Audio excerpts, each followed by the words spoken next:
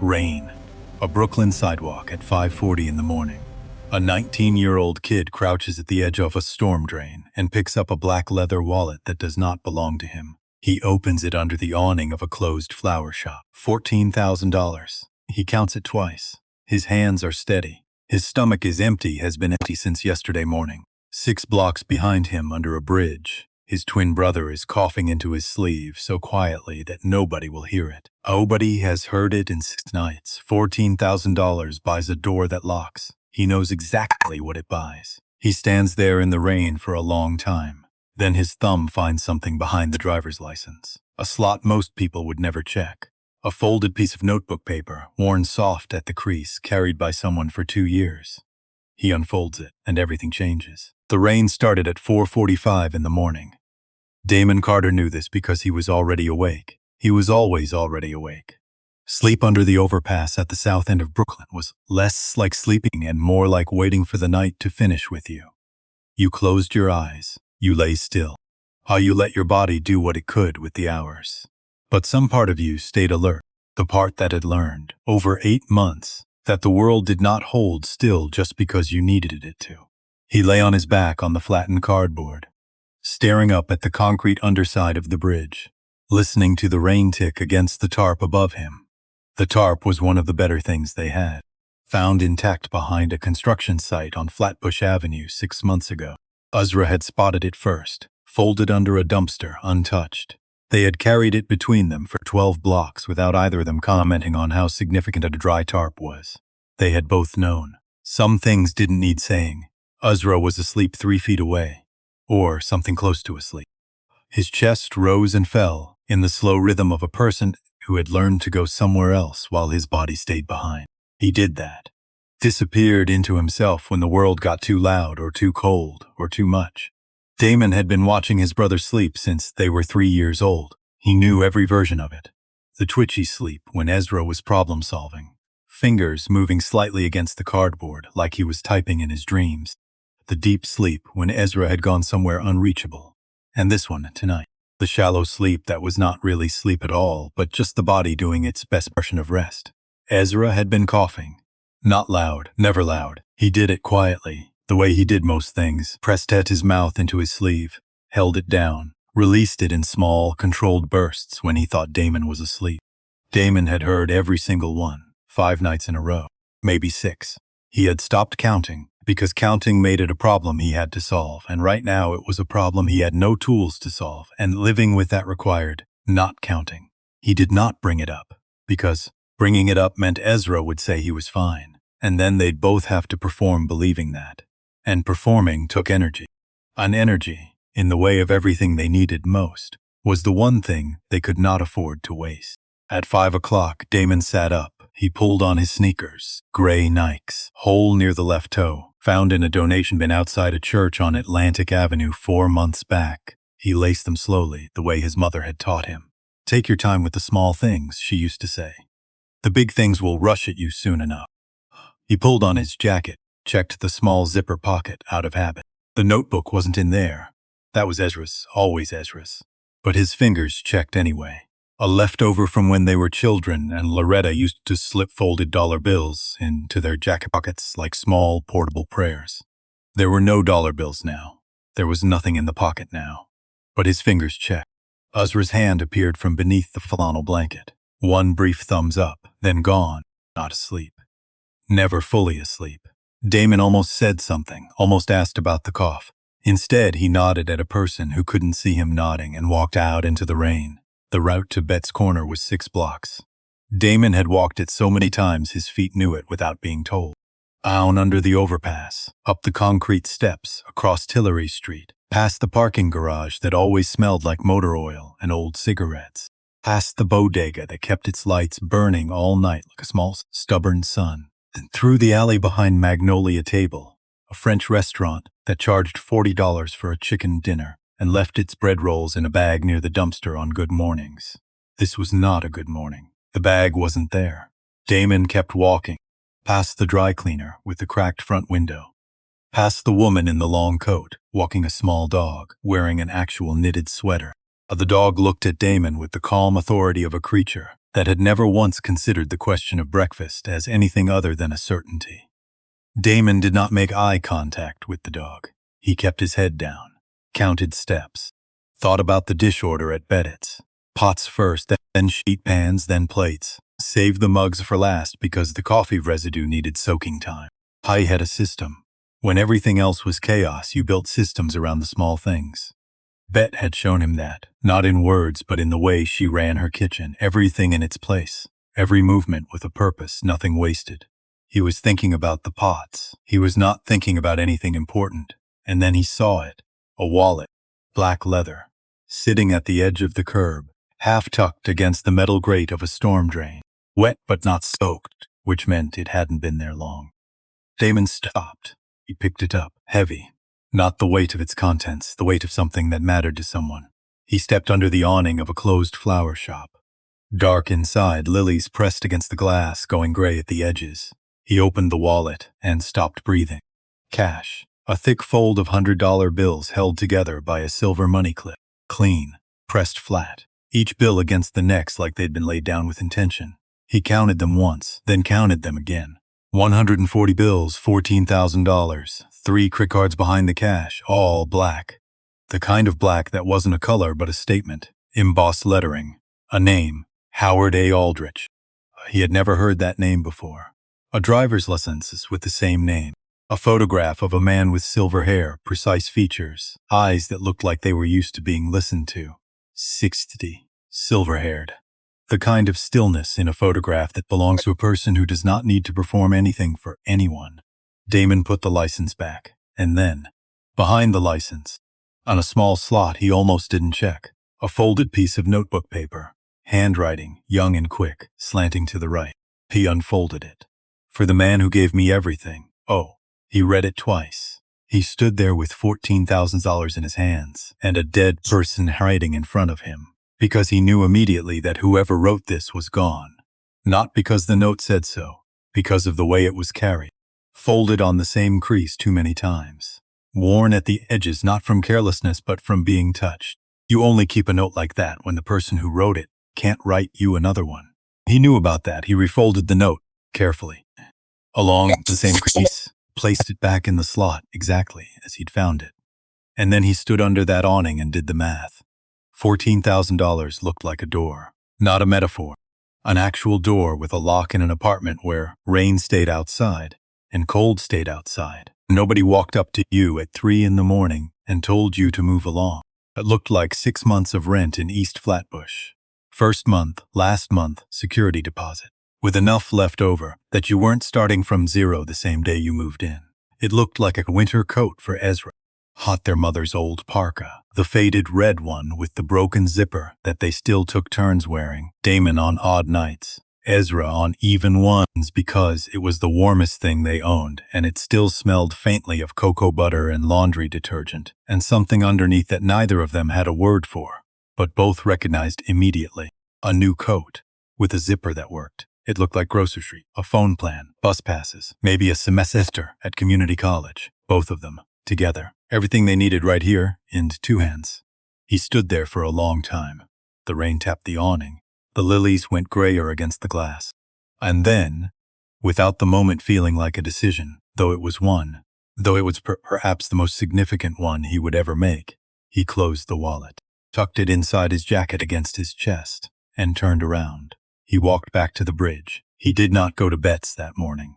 There were 2 things Damon did not tell Ezra right away when he got back. The first was the note. The second was the drugstore. He had passed a Walgreens on his way back to the bridge. Open. Always open. The lights inside the particular aggressive brightness that make them look clinical and slightly accusatory. And there, visible through the window, was an entire shelf of cough medicine. He stopped in front of it. Because Ezra had been coughing for 6 nights. And the good cough syrup, the kind that actually worked, not the off-brand chalk tablets from the dollar store, was right there, 40 feet away. And he had $14,000 inside his jacket. He stood in front of that drugstore for 4 minutes. He counted. Because his counting was the system. And then he thought it through, really thought it. If he bought the cough medicine, that was one thing. But if he bought it, He'd buy the good kind. And if he bought the good kind, he'd start thinking about what else Ezra needed. And if he started that list, it didn't stop. It never stopped. Food, clothes, the heel on Ezra's left shoe coming loose again, a phone with more than 11% battery. The list didn't have a bottom. And before long, he'd be in a Walgreens spending money that belonged to someone else, telling himself each thing was the last thing, until the wallet was empty and the rationalizing was done, and all that was left was the fact of what he'd done. He walked away, and he carried that, quietly, the way he carried everything he couldn't fix yet. When he got back to the bridge, Ezra was awake, sitting cross-legged on the cardboard, notebook open in his lap, pen moving. He was always either coding or writing, and from a distance you couldn't tell the difference. The same expression, the same stillness, the same quality of attention that made whatever he was doing feel important even when you couldn't see what it was. Damon sat down across from him, put the wallet on the cardboard between them, said nothing. Ezra looked up, looked at the wallet, looked at Damon, back at the wallet. He didn't reach for it. Where? He said. Sidewalk, near the alley by Magnolia Table. Ezra picked it up, opened it carefully, the way he handled anything that might be significant, and went through it without a word. The cash, the cards, the license. He read the name, studied the photograph the way he studied things, completely, without performance, as if there were no audience, and he was simply trying to understand. Then he reached behind the license. His fingers found the small slot. Went still. He looked at Damon. Damon didn't say anything. Ezra pulled out the folded note, opened it slowly. Read it. And the silence between them became a different kind of silence. Fuller. The silence of two people who understand the same thing simultaneously and don't need words to make it real. Ezra folded the note back along the exact same crease, placed it back where it had been. There was a note inside, wasn't there? He said. Not a question. He'd already read it. Yeah, Damon said. Ezra closed the wallet, held it in both hands, the same way Damon had. The math was already running. Damon could see it. Ezra always did the math, not because he was cold, but because he was precise. He did the math so he could set it aside, so they could talk about what actually mattered. $14,000 divided by 2 was $7,000 each. $7,000 was a deposit and first month's rent. $7,000 was enough food for 4 months. $7,000 was enough to stop being invisible. And still, Ezra held the wallet and didn't move toward any of it. The silence lasted long enough for the rain to shift direction, long enough for a truck to pass on the overpass above them, the whole underside of the bridge humming with the vibration of it. Then Ezra looked up, and what came was not what Damon expected. Not a question, not a debate, just a statement, said the way Ezra said things he had already finished thinking about. You already know what we're doing. Yeah, Damon said. So why are we still sitting here, giving ourselves a minute? Ezra was quiet for a second. Fair. 2 more minutes. The rain, the hum of traffic, the sound of a train somewhere underground, that low groan of metal on metal that you felt in your back teeth. Then Ezra closed the notebook, slid it into the plastic bag he used to keep it dry, stood up, pulled on his shoes, picked up the wallet. Let's go fund him. Before you understand anything else about this story, you need to understand Loretta Carter. She was 5'4". She wore her hair natural, a crown of tight coitzels she maintained with the same disciplined care she gave to everything that mattered. She had a voice that didn't raise itself when it wanted to be heard. It got quieter, slower, more deliberate, the way a river gets more dangerous when it narrows. She worked nights. She worked doubles. She worked the kind of work that leaves no evidence of itself except in the body, in the shoulders, in the lungs. On the way, a 41-year-old woman looks like she is carrying something heavy, even when her hands are empty. She cleaned office buildings in Lower Manhattan for 14 years. Night shifts. The industrial chemicals they used came with warnings on the label. Warnings that assumed you had a mask, adequate ventilation, a union that cared whether you breathed. Loretta had none of those things. She had a mop, a cart, a key card that got her into 32 floors of glass and marble between 11 at night and 6 in the morning. She cleaned floors that corporate executives walked across without looking down. She did it without complaint. Because at home were her boys, which was reason enough for anything, for 14 years. And then the doctor said stage 4. And then the doctor said environmental. And then the doctor said things that Loretta listened to with her hands folded in her lap, and her face giving nothing away. She told Damon first, then Ezra. Sitting them both down at the kitchen table, the one that had survived 3 apartments and 2 boroughs and one life that kept asking more of her than she had. She didn't cry. She told them what the doctors said, what the options were, what she needed them to know. Then she said, "We handle what's in front of us. We don't borrow trouble from what's next." That was Loretta. Her father, a man named Curtis Delaney, had walked out when the boys were 3 years old. Left one evening without explaining himself and didn't come back. No phone call, no letter. Just a chair at the kitchen table that stayed empty until Loretta replaced it with a bookshelf. She never spoke badly of him in front of the boys. She never spoke of him at all if she could manage it. She turned the absence into a shelf and put books on it and moved forward. The night she died, Damon and Ezra were outside the room, not by choice. The oncology ward at Kings County Hospital was full. She'd been in the hallway for 2 days, curtained off from the corridor.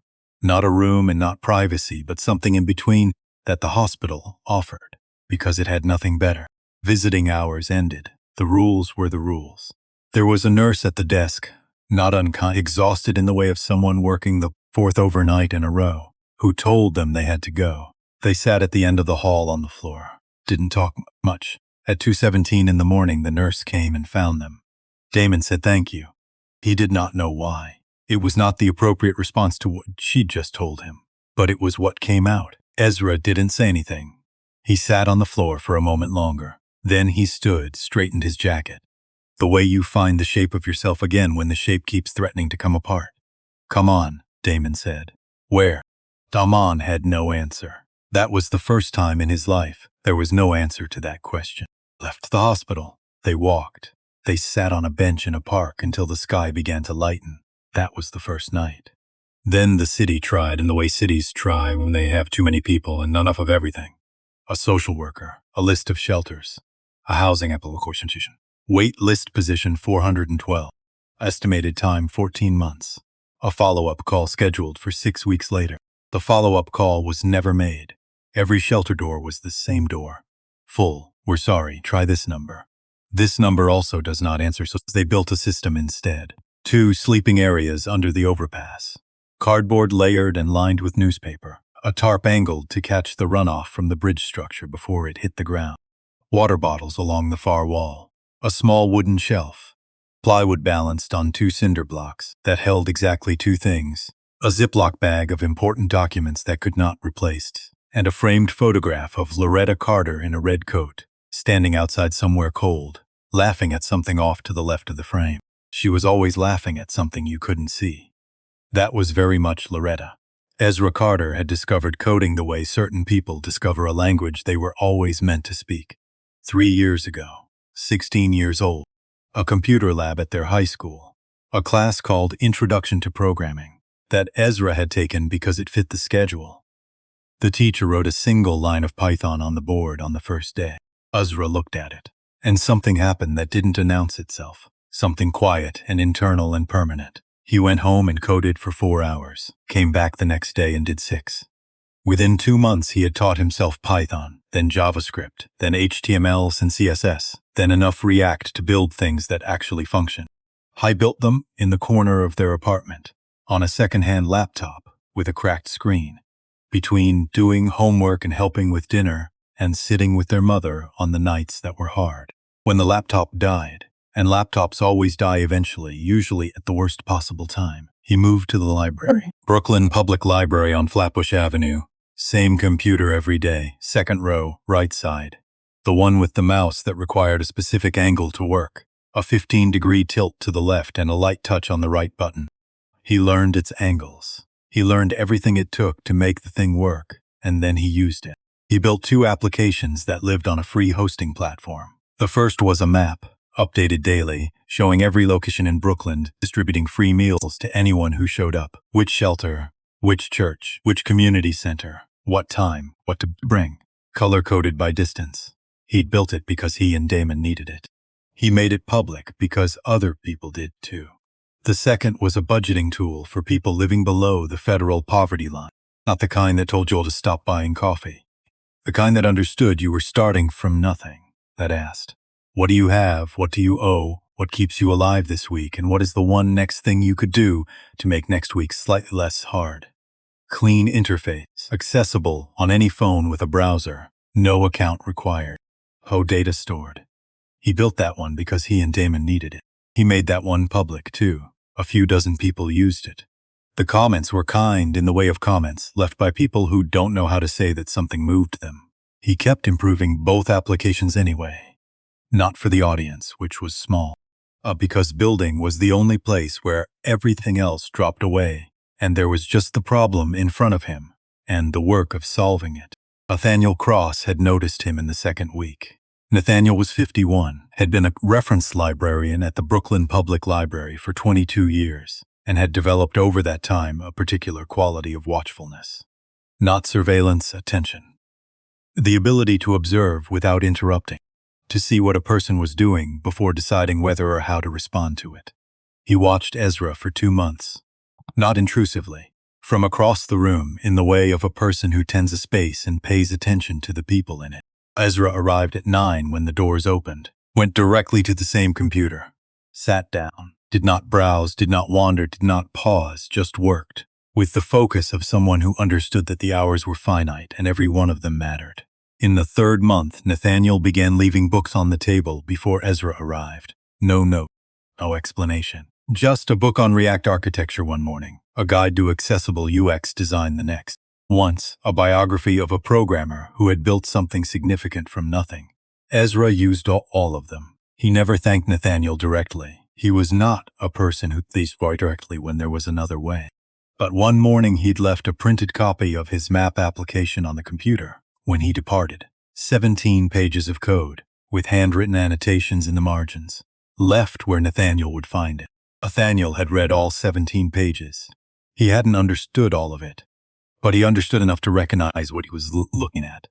What he did next, he did quietly, without asking permission. He photographed the screen of Ezra's application, wrote a brief description, posted it to a professional forum where software engineers discussed their work, debated architecture, left public commentary on things that caught their attention. Built by a 19-year-old on public library computers, he wrote. No formal training, no tutorials. Documentation and determination. He posted it on a Tuesday night. By Thursday morning, it had over 1,000 upvotes. By Thursday afternoon, a senior engineer at a well-known software company had left a comment pinned at the top by the moderators. This UX shows more empathy than most funded startups I've reviewed. The data architecture is clean. The accessibility considerations are things professional teams routinely overlook. Whoever built this is either very experienced or learns at a speed I've rarely seen. A person looking for work? Sincerely asking. 48 replies beneath it, all variations of the same response. Nathaniel read the thread, closed his browser, said nothing to Ezra. Not yet. Some things needed time to arrive at the right moment. He had watched enough people, read enough books in this library, to understand that timing was its own kind of wisdom. Ezra Carter, sitting at the computer with the wobbly mouse in the second row on the right side, knew none of this. He knew his battery was at 11%. He knew the library closed at 8. He knew his brother had left at 5 in the morning and would be back 9 with whatever Bet had going for the trash run. He knew that Damon hadn't mentioned the cough. He knew Damon had heard everyone. Those were the things Ezra Carter knew on the morning that everything changed. They walked out from under the bridge at 7 in the morning. The rain had softened to the kind that doesn't announce itself. Not drops anymore. Just a cold, damp presence. A settling of the air around you that made everything slightly heavier than it should have been. They walked side by side without talking. They didn't need to. They had been walking alongside each other since before they had words for anything. Since before language was a thing they used, they had used proximity instead, and 18 years later they still did. Damon had the wallet in his inside jacket pocket. He could feel it. Against his sternum, the weight of it that had nothing to do with weight. $14,000. Belonging to a man they had never met, whose child had written him a note that he had been carrying ever since.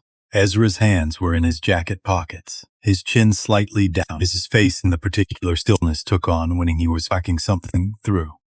Not worrying, thinking. There was a difference, and Damon had always known it. How do we find him? Ezra said.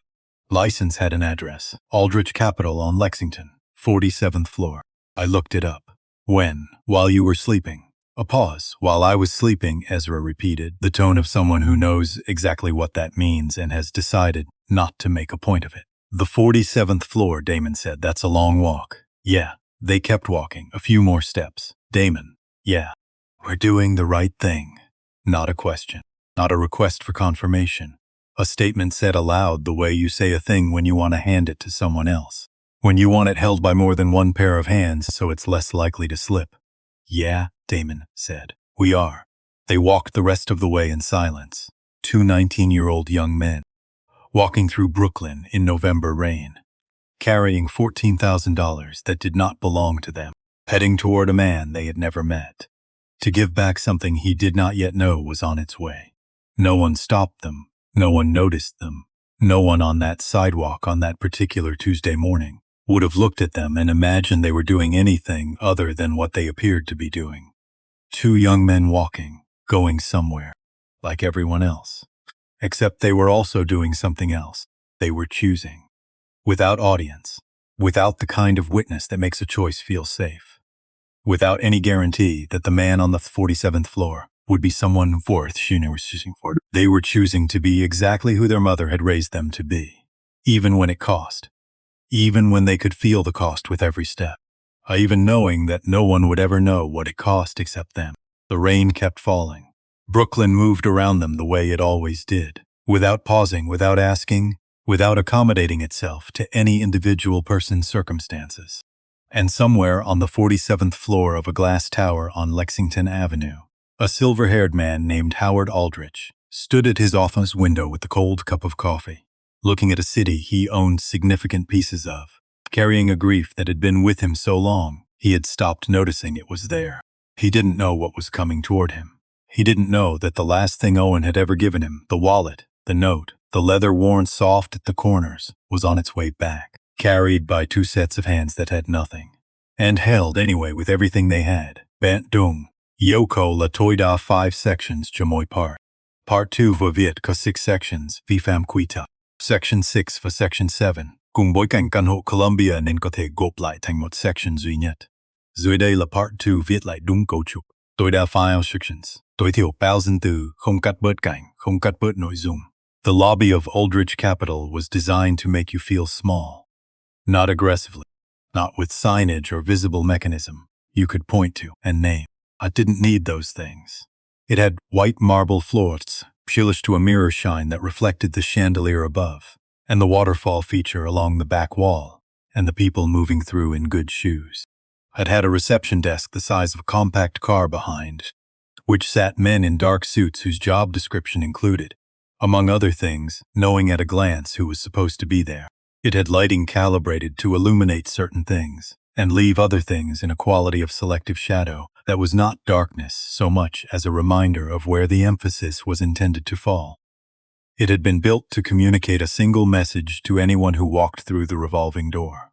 The message was, this space was made for someone. Whether that someone was you was a question the lobby left deliberately open. Hyman noticed all of this in the 3 seconds it took him and Ezra to walk through the revolving at 7:15 in the morning. He also noticed the guard's expression shift, not dramatically, not the cold assessment of a movie villain, just a recalibration. Small, automatic. The kind that happens when something enters a field of vision that doesn't match the established pattern. 2 young black men in wet clothing, one in a torn hoodie, one with a belt fashioned from nylon rope, walking into a midtown Manhattan corporate tower before 8 in the morning on a Tuesday. The guard, name tag, read Holland's broad shoulders, shaved head, the bearing of someone who had worn a uniform long enough that it had become skin, straightened slightly behind the desk, not threateningly, just present, on the way of a person who has already made a preliminary determination and is now waiting for information to confirm or revise it.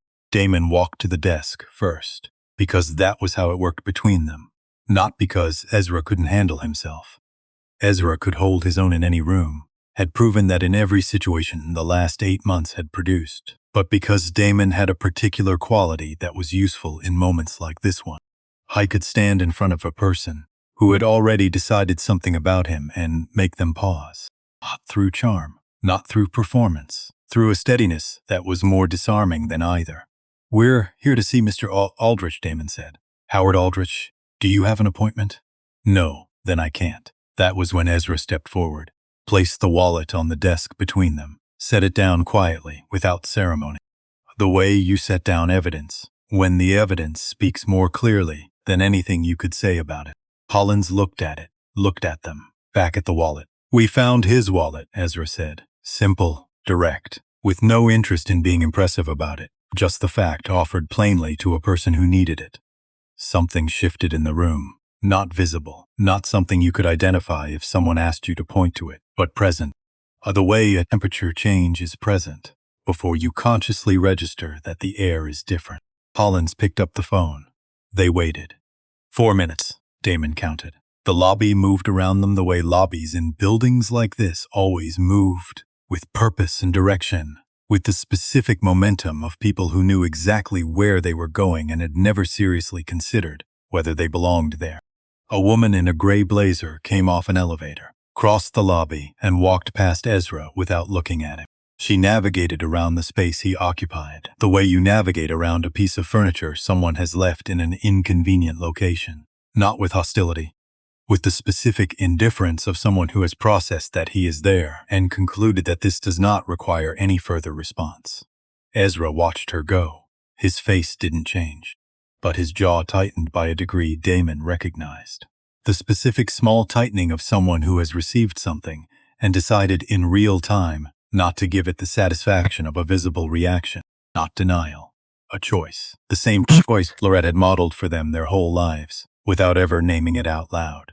You do not hand your peace to people who don't know they're taking it. You hold it. You keep it for the things that deserve it. Something tightened in Damon's chest too. Not anger exactly. Recognition. The weight of being unseen in a room full of people. Of being processed as a variable to be managed, rather than a person to be acknowledged.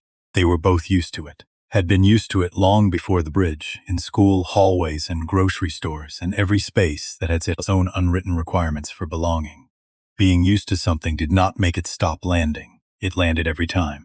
It just registered differently now. Quieter. More controlled. Still there. The elevator at the far end of the lobby opened. A woman stepped out. 50s. Auburn hair cut short and precise. Reading glasses pushed up on her forehead.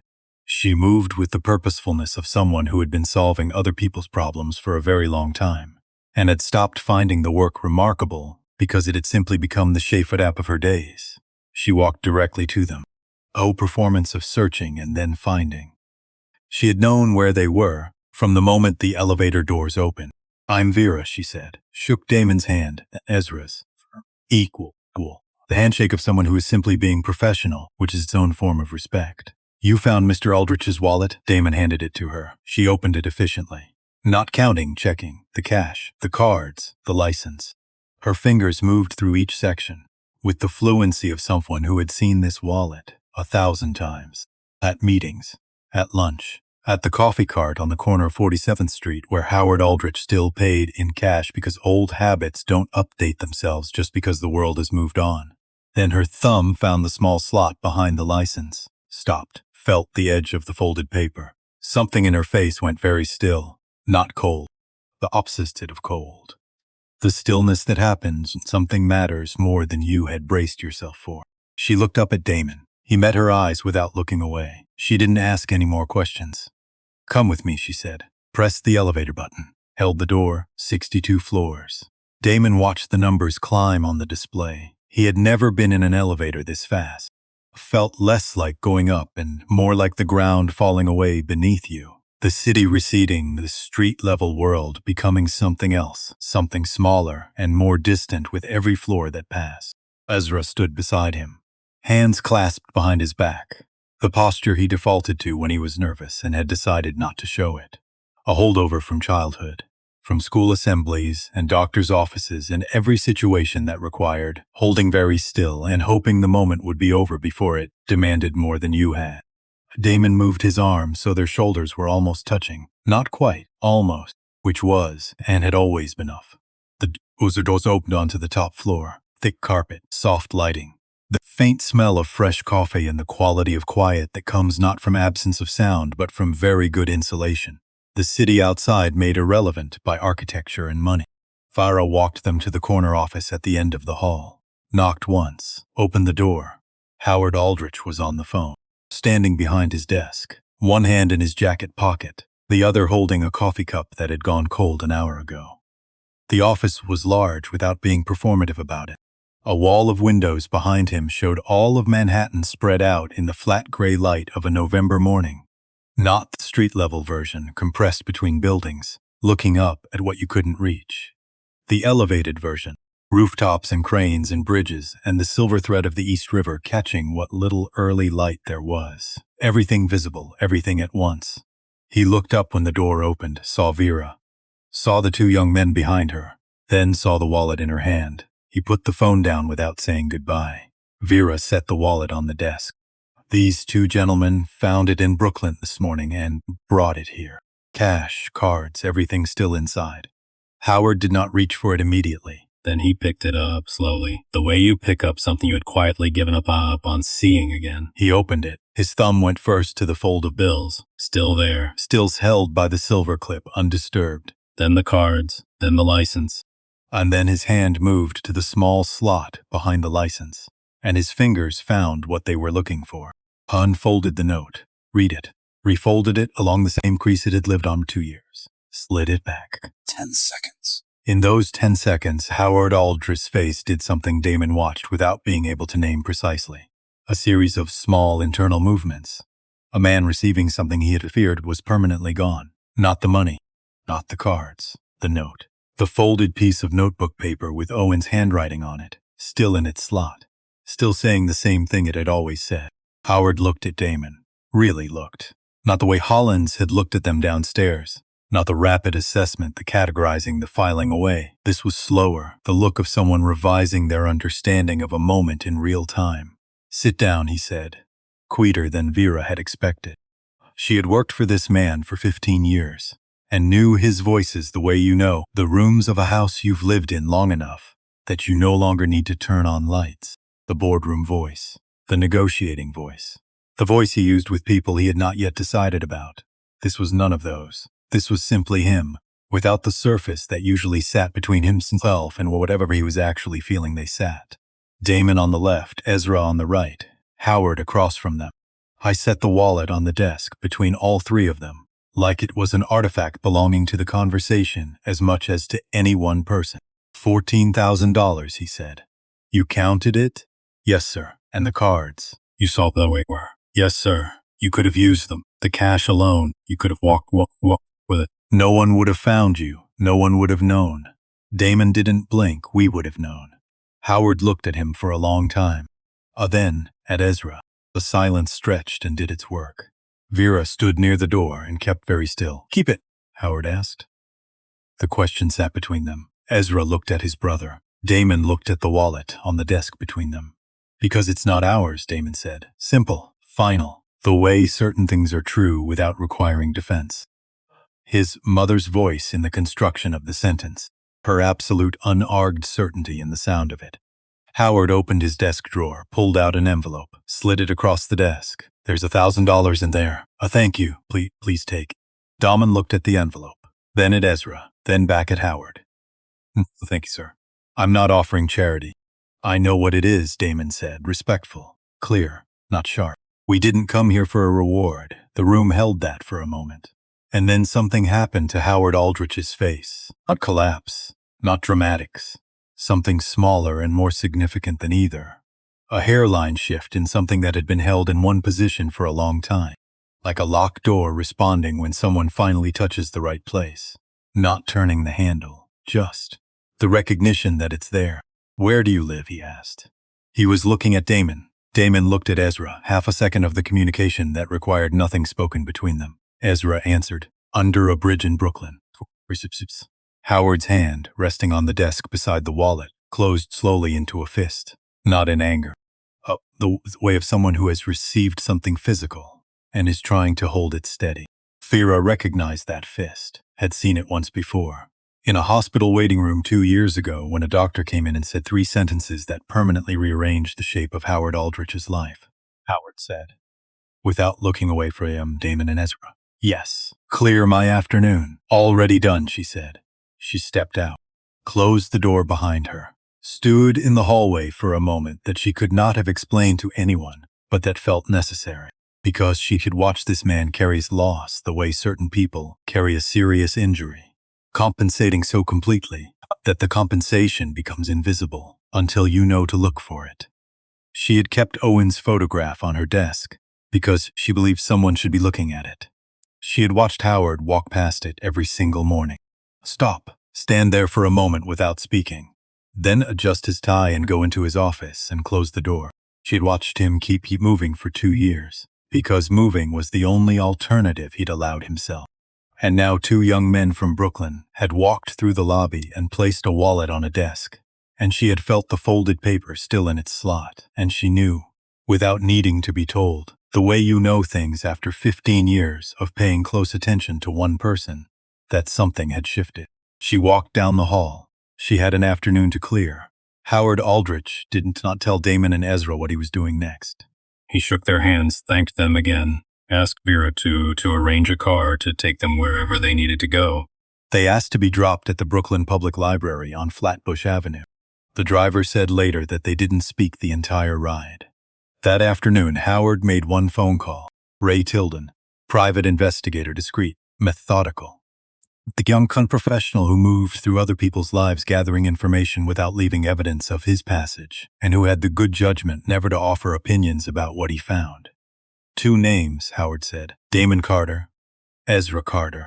Twins, 19 years old, homeless in Brooklyn. I want everything. The file came back on Thursday afternoon. 11 pages. Single-spaced, the kind of document that reads like a case study in how every system designed to protect young people can fail them. Not through cruelty, but through the accumulated small weight of missed calls and full shelters, and lists that nobody followed up on.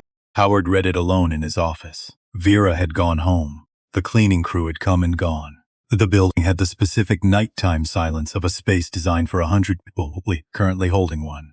Loretta Carter died 8 months prior.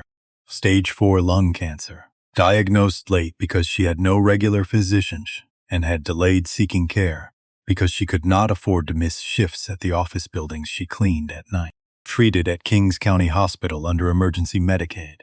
Died in a hallway because the oncology ward had no available beds, no life insurance, no savings, no next of kin listed other than her 2 sons. Father, Darnell Carter, had left the family when the boys were 3. Last known address, a rooming house in Baltimore, 2009. No contact maintained. No support of any kind. A man who had vanished the way smoke vanishes, completely and without explanation, after Loretta's death. Both sons referred to the city's housing assistance program. Application submitted. Waitlist position 412. Estimated placement time 14 months. In the interim, a list of emergency shelters provided. Every shelter at capacity. A follow-up call scheduled for 6 weeks after the initial referral. A raised note in the margin, in his own handwriting. Follow-up call was never made. Howard set down his reading glasses. He had built housing developments across 14 states. He sat on advisory boards of urban planning organizations. He had written substantial checks to foundations that distributed them programs he had never personally visited. He had given speeches at galas about closing the gaps in systems that designed to catch people before they fell. He had used the phrase affordable housing in hundreds of professional contexts over 30 years, and in the city where he lived, 4 miles south of where he was sitting. 2 19-year-old young men were sleeping on cardboard under a bridge because a follow-up call had never been made. He sat with that for longer than felt comfortable. Then he turned to page 8. Page 8 was about Ezra. Ray had attached a screenshot from a professional software engineering forum, posted by a Nathaniel Cross, reference librarian at the Brooklyn Public Library on Flatbush Avenue. The post described 2 web applications built on public library computers by a 19-year-old with no formal training in software development, a meal distribution map for Brooklyn, updated daily, and a personal finance tool designed specifically for users living below the federal poverty line. Both live, both free, both built from documentation and repetition, and the particular focused desperation of someone who needed them to exist. The screenshot showed the thread beneath the post. 1,247 upvotes. At the top, pinned by moderators, a comment from a senior engineer at a company Howard recognized. This UX reflects a level of empathy that most funded startups never develop. Because it can't be taught in a conference room, it has to be lived. The data architecture is clean. The accessibility decisions are things professional teams routinely overlook even when they know better. Whoever built this is either deeply experienced or learns at a rate I've rarely encountered. Possibly Basel. Is this person available? 44 replies beneath it, all variations on the same response. Ray's note at the bottom of the page. Subject is unaware this post exists. Librarian submitted independently without informing him. Howard read page 8 3 times. Then he stood up, put on his jacket, went down to the garage and got into his own car for the first time in months, backed out, and drove south through Midtown traffic, through the Brooklyn Battery Tunnel, into Brooklyn. Parked 3 blocks from the overpass on Tillery Street. Walked the rest of the way. He stopped on the sidewalk above the underpass and looked down through the chain-link fence at the place where 2 young men had made something that looked, from this distance, almost like a home. Cardboard, tarp, water bottles, a small plywood shelf on 2 cinder blocks. On the shelf, a framed photograph. He couldn't see it clearly from up here, but he could see it was a photograph kept on a shelf, rather than packed away, which told him something about the people who had put it there and what it meant to them. Howard stood above the overpass for a long time. The bridge hummed with traffic. The November air was cold and clear in the way of nights that have been washed by rain. Somewhere nearby someone was cooking, and the smell of it moved through the cold with a specificity that made the cold feel sharper by contrast. He walked back to his car, sat in it with the engine running and the heater on and both hands on the steering wheel, and cried. For the first time in 2 years, not for Owen, not for himself. Not for the particular shape his life had taken since the state trooper knocked on his door on a Sunday afternoon. For them. For 2 young men who had lost their mother in a hospital hallway and been handed a list of phone numbers that led nowhere, and built a life from cardboard and a found tarp, and kept a photograph of the woman they loved on a shelf made from construction scraps. I'd found $14,000 and walked it back. Because it wasn't theirs. He sat in the car for 20 minutes, then drove home and started thinking carefully about what to do next. Not quickly, not reactively. The way he thought about things that mattered, with patience, but the understanding that the timing of a thing was as important as the thing itself, and that getting the timing wrong was its own kind of failure. The phone call came on a Friday afternoon. Damon was walking back from Bet's with a bag of corn muffins she had made too many of, which was deliberate, which they both understood and neither acknowledged, and a thermos of coffee she'd pressed into his hands, with a look that foreclosed argument. The number was Manhattan. Vera Hutchins, she said, assistant to Howard Aldrich. Mr. Aldrich would like to invite you and your brother to dinner this evening. His home. 7 o'clock. A car will come to wherever you prefer. Damon stopped walking. In the middle of the sidewalk, a woman with a stroller went around him without slowing. He nearly said no, was already building the polite version of no in his head, something that left the door open without committing to walking through it, something that bought time to decide whether walking through it was something they should actually do. Then he called Ezra, told him, 1 second for quiet. We should go, Ezra said, just like that, just like that. Damon looked at the muffins in the bag, the thermos, the ordinary gray Brooklyn afternoon around him. Okay, he said. The car was black, leather interior that smelled like something that had never been used. The driver said nothing the entire ride. He drove through the Battery Tunnel, up the FDR, onto Park Avenue, into the part of the city where the buildings grew taller and the sidewalks grew quieter in direct proportion to how expensive everything became. Pulled into an underground garage beneath a building so tall that Ezra leaned forward in his seat to see the top of it through the car window. How many floors? Ezra said. A lot, said Zod the driver. The first and only thing he said. The elevator opened directly into the penthouse. Howard Aldrich was waiting. Not behind a desk, not in a suit. A navy sweater, dark pants, hands at his sides. He looked like a version of the man from The Office. Same silver hair, same precise features, but smaller somehow. Softer at the edges. as though the building and the title, a C62-floor elevation, had been part of what he projected from behind that desk. And standing here without them, he was simply a person. "Thank you for coming," he said, and meant it. You could hear the grain of it, the specific texture of a sentence that someone is actually saying rather than deploying. The table was set for 3 white plates, good silverware, cloth napkins, a roasted chicken in the center, still steaming beans, mashed potatoes, bread in a basket, simple food. The kind you make when you want people to feel at home rather than assessed. Damon sat and looked at the arrangement of utensils beside his plate. 3 forks, 2 knives, 2 spoons. He looked at Ezra. Ezra looked at the forks with the expression of someone presented with a puzzle whose solution key has not been included. 1 second. Both of them suspended at the specific intersection of social complexity and hunger that was, in its own absurd way, also genuinely funny. 2 young men who had slept on cardboard under a bridge 4 weeks ago were now sitting in front of a formal table setting in a penthouse on Park Avenue and did not know which fork was appropriate for chicken, which was, objectively, a lot. Howard noticed. He reached out, picked up the chicken drumstick, with his bare hand, bit into it, set it back on his plate, wiped his fingers on a cloth napkin with the unhurried deliberateness of someone making a choice about what kind of dinner this was going to be. The silverware became optional. Damon exhaled.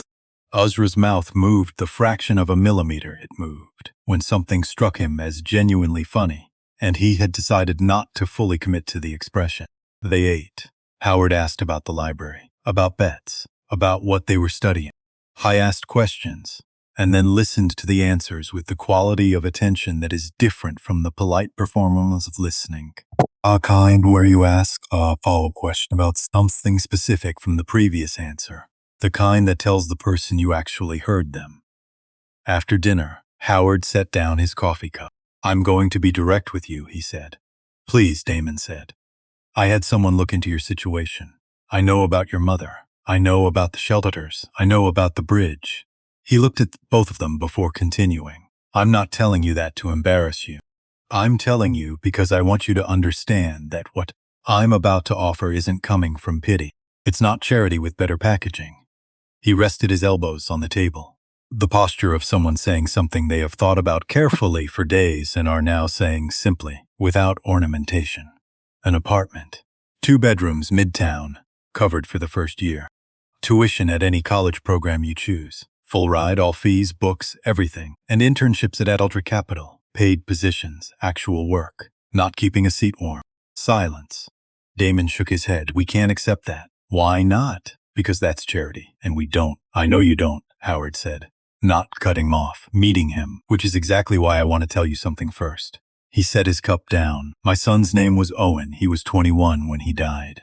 2 years ago. A car accident on a Connecticut highway on a Sunday afternoon in October. Kind that makes no sense and never will, no matter how many times you go back over it. A pause. The kind that is not for effect. For the space the words needed to land without being cried. Crat. Owen had a belief he'd repeat whenever I pushed back on something idealistic, he said. He believed the only thing worse than failing is never giving someone the chance to try. I thought it was something you say before the world shows you had actually lost. He looked at both of them. I didn't understand what he meant until last Tuesday. Damon was looking at the table, not avoiding Howard. Looking at it the way you look at something that requires careful handling. "This isn't charity," Howard said. "I'm investing in 2 people who walked into my building, soaking wet, and handed back $14,000. They needed more than I did. That's not someone who needs rescuing. That's someone who deserves a door. You walk through it on your own 2 feet. What you build is yours." Ezra spoke quietly, the way he said things he had been holding for a while. "Why us?" Really, Howard held that question for the time it deserved. "Because you remind me of him," he said. "And because I think he would have liked you very much." The city glowed behind him through the floor-to-ceiling windows. 62 floors of Manhattan, all of it lit and running, and entirely indifferent to the 3 people sitting at a dinner table above it. And 4 miles south, invisible from here, a tarp and a plywood shelf and a photograph of a woman in a red coat, laughing at something off to the left of the frame. Damon looked at Ezra. Ezra looked back. One small nod, the left shoulder dip, the language that predated language between. Them okay, Damon said, but we're paying you back every Howard extended his hand. Damon took it. I'm counting on it, Howard said. The apartment was on the 23rd floor of a building in Midtown. 2 bedrooms, a kitchen with working appliances, a window in the living room that faced east and filled with light on clear mornings. They moved in on a Saturday, which meant they carried 2 bags between them, walked through the door, and stood in the center of a furnished room without speaking. Then Ezra crossed to the window. You know what this is, he said. What? A room with a door that locks from the inside. Damon stood next to him. They looked out at the city together, at the thing they had not had for 8 months and however many days. Damon said, That's exactly what it is. Columbia was a different kind of hard, not the hard of 8 months outside. That hard had been visible, named. You could point to it. This was the hard of walking through a dining hall knowing that certain people were running calculations about why you were there, what door you'd come through, whether the key had been yours. Most people said nothing. They operated in the register of the carefully neutral, the specifically unasking, which was its own kind of statement, one that required no words and left no evidence and still landed with the precision of something said directly. Damon was in business management, Ezra in computer science. Both of them, in the language of academic records, performing extremely well. What the Rex did not capture was the specific weight of being in a room that had not been designed with you in mind, and having to decide every day whether to let that weight change the way you moved through it. Most days he decided not to let it. And then there was Beckett Hale. Beckett Hale was in Damon's economics discussion section. He had the jaw of someone designed by consensus, and the ease of someone who had moved through a world arranged around his comfort for so long that the arrangement had become invisible to him. He was not, on the evidence, a cruel person. He was something more ordinary, and in some ways more difficult. A person who had never been required to examine what he was standing on. In the 4th week, in a discussion on economic mobility, Beck leaned back in his chair with the particular ease of someone who had never considered whether he had the right to the space he occupied, and said, I think it's worth asking, as a thought exercise, whether some outcomes in this classroom reflect merit or reflect what I'd call circumstantial advantage. I being in the right place, having the right story, at the right time. He did not look at Damon. He didn't need to. The room went quiet in the specific way. Rooms go quiet when something has been said that everyone understood and no one will address. The professor looked at her notes. Damon's hands were flat on the desk, both of them, pressing down with enough force that the pressure traveled up his forearms and into his shoulders and settled behind his jaw.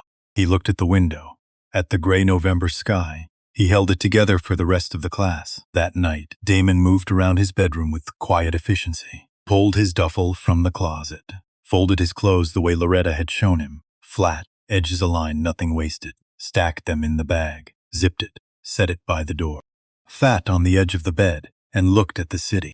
He did not have a specific destination. He just had the old feeling, the one from before, that said when a place decides it doesn't want you, the reasonable response is to go. Because staying where you are not wanted takes something out of you, and the thing it takes does not come back easily. And he needed what remained of it for things that mattered, more than proving a point to or a room that wasn't paying attention. He sat there for a long time. The door opened. Ezra. He took in the scene in the way Ezra processed most things, completely and without narration, saw the bag by the door, saw Damon on the edge of the bed, said nothing immediately. He crossed the room, sat down on the floor in front of the bed, cross-legged on the carpet. In the posture he defaulted to under the bridge, when something needed working through. Not the 23rd floor, not Midtown Manhattan, a bridge. That posture, that presence. He reached into his jacket pocket, pulled out the notebook, opened it to the first page. Loretta's handwriting, narrow, forward-leaning, fading blue ink. Take care of each other. That's all I ask. And below it, in darker ink added later, Ezra's handwriting. Don't let someone else's ceiling become your floor. Damon looked at the page. His jaw set. His eyes burned at the rims. He did not cry. He sat with it, the full weight of both lines. His mother's words and his brother's words on the same page, saying the same thing from different direction, written at different times for the same reason. Then slowly he reached out, took the notebook from Ezra, held it for one moment, closed it, handed it back, stood up. walked to the door, picked up the bag, and unzipped it. He did not sleep well that night, but he put his clothes back in the dresser, and he stayed. Which was not resolution, was not the end of the thing that had made him pack, was just staying, which he was beginning to understand was its own specific kind of work.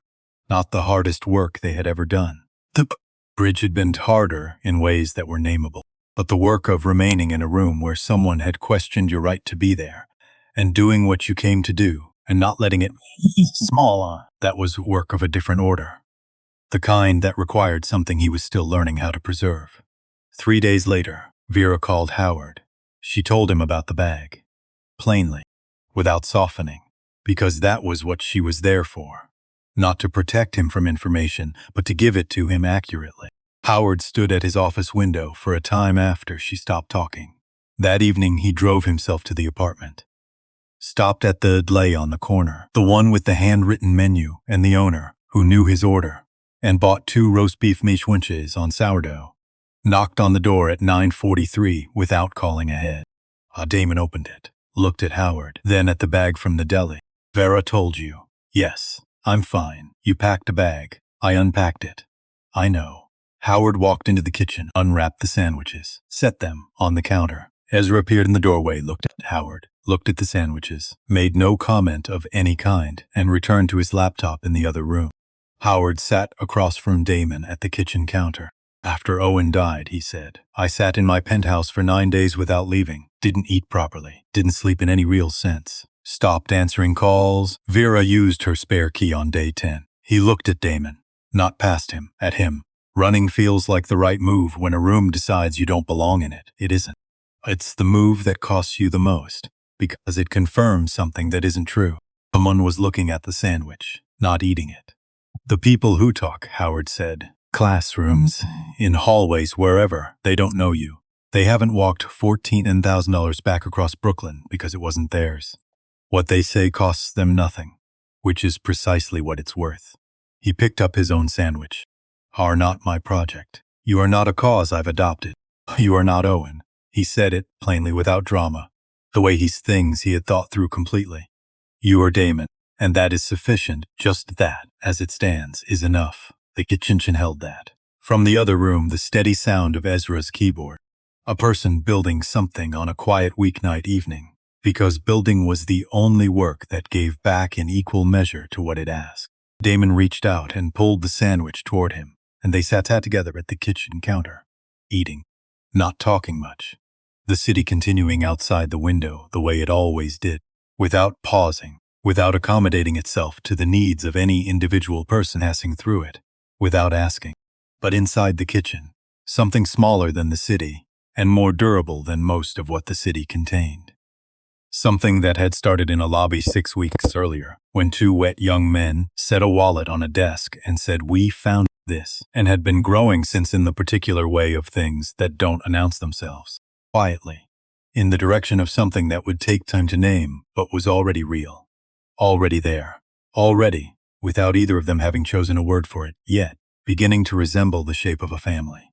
Time moves differently when you finally have somewhere to sleep. Damon hadn't anticipated that. I'd expected the practical improvements. Warmth, a door, food that didn't depend on what someone else was discarding. What he hadn't prepared for was the way time itself changed texture. How nights became actual nights instead of dark hours to outlast. How mornings became something you could plan inside. 15 months passed. Ezra's first year of computer science at Columbia produced a GPA of 3.9, which looks simple written down. It doesn't show the professor who pulled him aside in week 3 and said, carefully, I've been teaching this course for 16 years, and I'm not sure I've seen someone move through material at this speed. Where did you study before?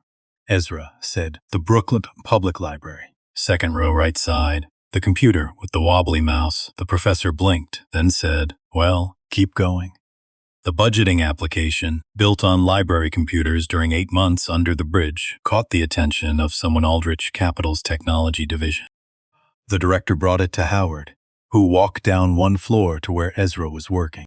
Did you know your application was being discussed in our technology meetings? No. We want to integrate it across 3 departments. Okay, Ezra said. Howard looked at him. That's your response? I am excited. This is what I look like when I'm excited.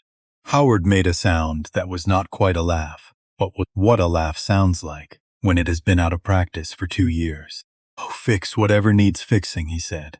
Already fixing, Ezra said, and turned back to his screen. The integration went clean. When a bug appeared in week 4, Ezra found it and closed it in 4 hours. The technology director sent Howard a note. I don't know where you found this person, but please keep him. Howard printed it, put it in a folder in his bottom drawer, said nothing to Ezra. Folder was getting thick. Damon's 15 months looked different. The GPA was 3.7, earned while doing everything else. The fundraiser in March, a Thursday evening at a community space in the South Bronx, organized through his own phone calls and his own presence at community board meetings. He called it simply a night for youth housing. $91,000. One evening, he stood at the podium and said, "Thank you. Every dollar of this goes directly to a bed for someone who needs one tonight," and sat down. Beto Usu was in the front row, chin up. When Damon found her afterward, he leaned close and said quietly, I brought the good muffins, Bet. The ones from Tribeca. She looked at him. Not as good as mine. He laughed. Real. Probably not. Definitely not, she said. Howard sold the penthouse in April. Not because the market was right. Because he woke one morning and understood, clearly and without drama, that he did not want to live there anymore. He bought a brownstone in Park Slope, Brooklyn. 4 floors. An overgrown garden. 7 blocks from the overpass on Tillery Street. He did not explain to anyone why he chose that neighborhood. Vera knew. She always knew. She helped with the move and said nothing about it, which was its own acknowledgement. On the first morning in the brownstone, he made his own coffee and stood at the kitchen window, looking at the overgrown garden, and felt something he had not felt in 2 years. Something so ordinary it was almost startling. He felt at home. The congressional testimony came in September. Howard set aside his prepared remarks and talked about a 14-month wait list, a follow-up call scheduled and never made. A young man who couldn't submit a college applications because the fee was $45. $45, he said into the microphone. $45 stood between a 19-year-old with a genuine gift and a college application. In a country where I have paid $14,000 for a piece of art I have never once looked at twice. A congresswoman in the second row removed her glasses. The system did not fail these young men through cruelty. It failed them through scheduling, through indifference. That is harder to fix than cruelty. Cruelty has a face. Indifference is a process. He stood, straightened his jacket, walked out. The call came on a Tuesday morning in October, exactly 15 months after the wallet. Howard had chosen the date deliberately. He had not told anyone that. Vera called Damon at 8:45. Mr. Aldrich needs you and Ezra at a meeting tomorrow, 10 a.m. I'll send the address. What kind of meeting? The kind you should dress for. Vera, what's happening? A pause longer than necessary. Just come, she said, and ended the call. Ezra looked up the address. They were in the Washington Heights apartment they'd rented 6 months earlier. 2 bedrooms, a dripping faucet, a radiator that clanked on cold nights. They loved it without qualification. Ezra looked at his phone, then at Damon. It's a courthouse. The word sat between them in the kitchen. Did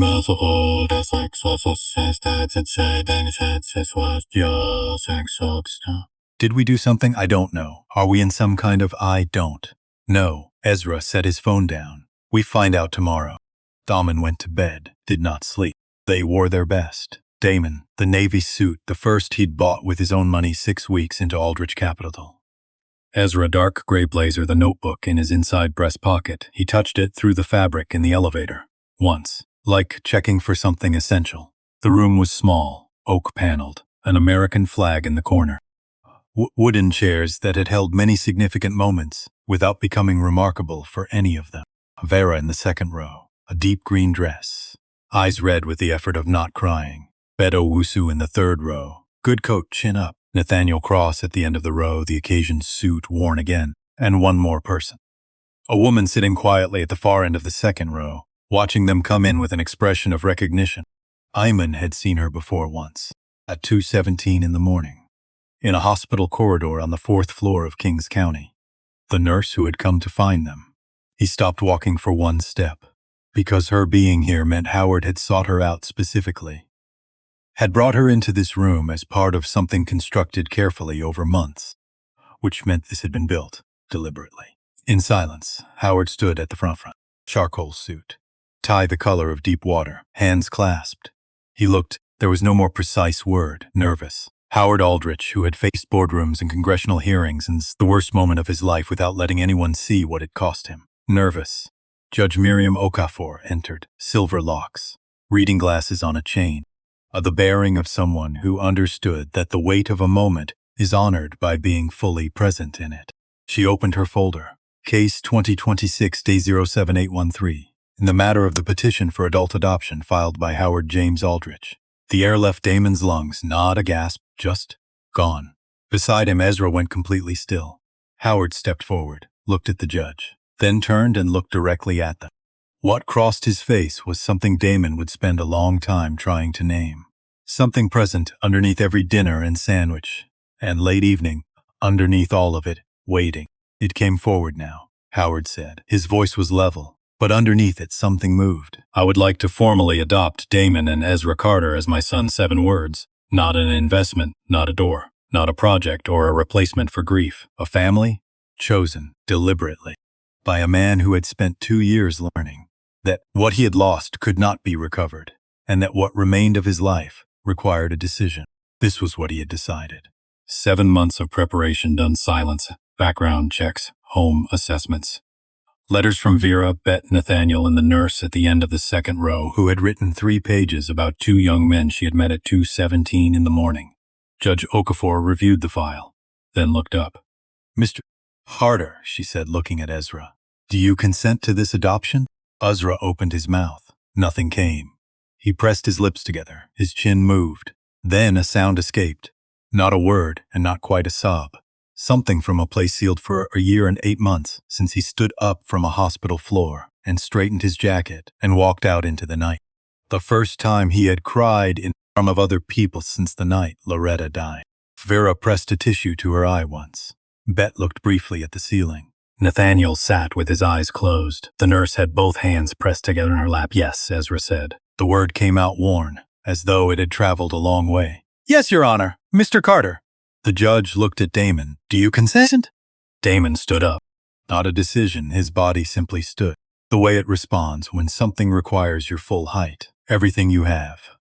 He looked at Howard, the man who had driven alone to Brooklyn and cried in his car for 2 young men he barely knew, who had showed up at 9:43 with sandwiches and said, You are not my project, you are not Owen, you are Damon, and that is enough. Said it the way you state a fact about the universe. Who had built this room in these 7 months in complete silence, because he understood that asking permission too early was asking before it could be understood. 2 words. Thank you, Dad. Howard Aldrich's face did the thing it had not done in 2 years. In front of anyone. The surface held in place through work and forward motion, and days that didn't stop just because you needed them to.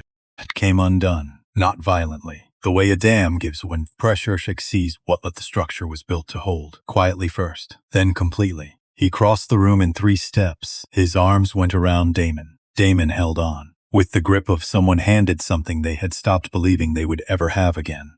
Ezra stood up, joined them.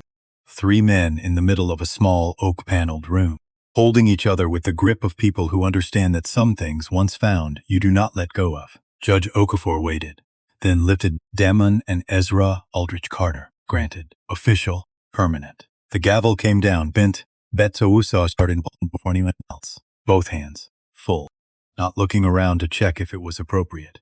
You see the moment. You respond to it. Nathaniel joined. Then the nurse. Then Vera. And when Vera clapped it, carried 15 years of watching a man carry something alone and finally, in this room, put it down. 3 years is enough time for things to become themselves. Ezra Aldrich Carter was 23 and sitting in a glass-walled office on the 14th floor of a building. He had helped design from a functionality standpoint the Civic Technology Division of Aldrich Capital, which had not existed before Ezra slid a 2-page proposal under Howard's office door on a Saturday morning because the idea arrived at midnight, and waiting felt unreasonable. Howard called at 8 the following morning. When do you want to start? I already started last night. A pause. Of course you did. 9 people. 1 mission. Free digital tools for housing assistance, food programs, emergency shelters. The budgeting application built on library computers now reached 47,000 people across 4 states. A venture capital firm sent an acquisition offer, $3 million. Ezra replied by email. These tools exist because people who cannot afford alternatives need them. Selling them requires trusting your commitment to that mission more than we trust our own. We'll pass. He did not reply to the follow-up. The notebook stayed on his desk, left side always. Water stains, bent corners, archival tape on the spine. Nathaniel visited monthly. Coffee. Arguments about the Oxford comma. Unresolved. Permanent. Damon Aldrich Carter was 23 and running the Aldrich Youth Housing Foundation. $14 million budget. 287 young people housed in year 1. Not numbers. Names. Files he read fully because the summary didn't tell you about the follow-up call never made or the $45 fee. The program he was most quietly proud of had no headline. Paid that fee, $45, for any young person in their system wanting to apply to college.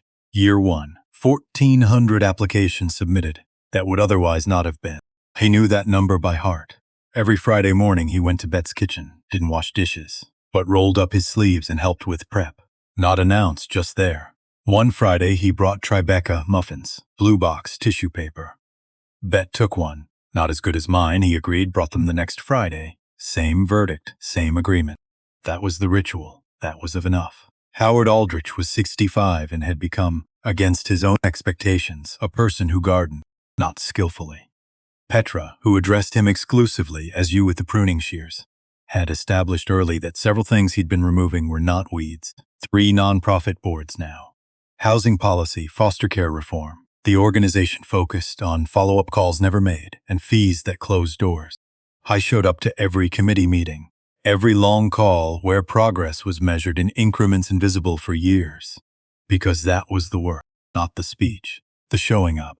Every Sunday he drove to Washington Heights with sandwiches, sat at the kitchen table with his sons, talked about the division, the foundation, Petra and the tomatoes, the film all 3 had watched separately and were now watching together because Howard had texted about it on a Thursday, unprecedented, and both had agreed immediately.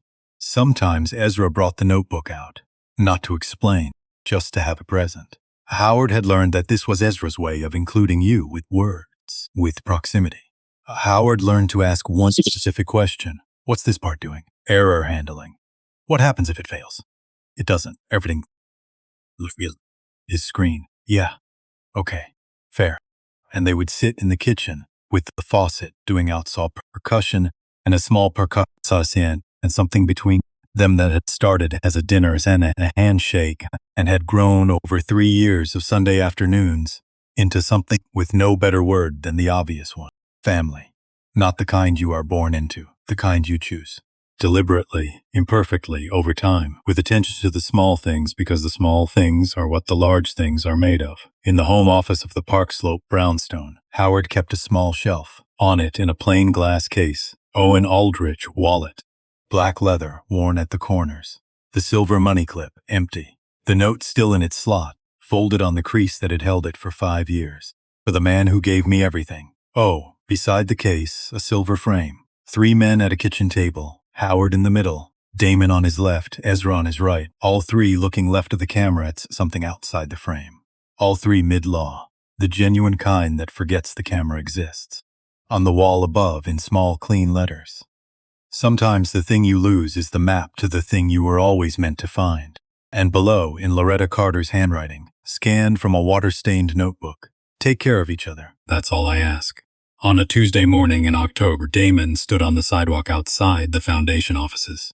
He looked south. 7 blocks south was the overpass, the underpass, the place where for 8 months cardboard had been his bed and a found tarp his roof and his mother's nil photographs had stood on a plywood shelf, and he and his brother had built a system from when everything else was taken. He didn't go down there, didn't need to, but he looked. The way you look at a place that held an earlier version of you. Not with grief, not with nostalgia, with the steady regard of someone who knows that where you came from is part of what you are made of, not something to hide or perform differently in different rooms. Just true. The way the bridge was just south, the way the city held all of it simultaneously without contradiction. The door behind him opened, A Daisy, one of his staff, bringing in a girl, 17, a gray hoodie through sorts and seasons than designed for, sneakers holding on. Eyes doing what eyes learn to do when a person has spent significant time needing to assess a room before committing to entering it. Alert, careful. Still coming through the door. The girl looked up, saw Damon. He met her eye, just long satan, and nodded once, small. The nod that said, "You made it here." That was the part that was yours to do alone. The rest we figure out together. Then he turned, went inside, no ceremony. A man walking back through a door he had helped build, in a city that had once run out of room for him, going back to the work, as the work was not finished. Because that was the thing about follow-up calls. If you wanted them made, you had to become the person who made them. He was. He did. Every single day. The wallet stayed in its case. The note stayed in its slot. The crease held. The leather continued, wearing softly at corners in the way of things handled with care by people who understood their value. And on Sunday evenings, a man drove up from Brooklyn to Washington Heights with sandwiches in a paper bag, sat at a kitchen table with his sons, asked about error handling, listened to the answer. The faucet dripped. The city ran, and it was enough. It was, without argument, everything.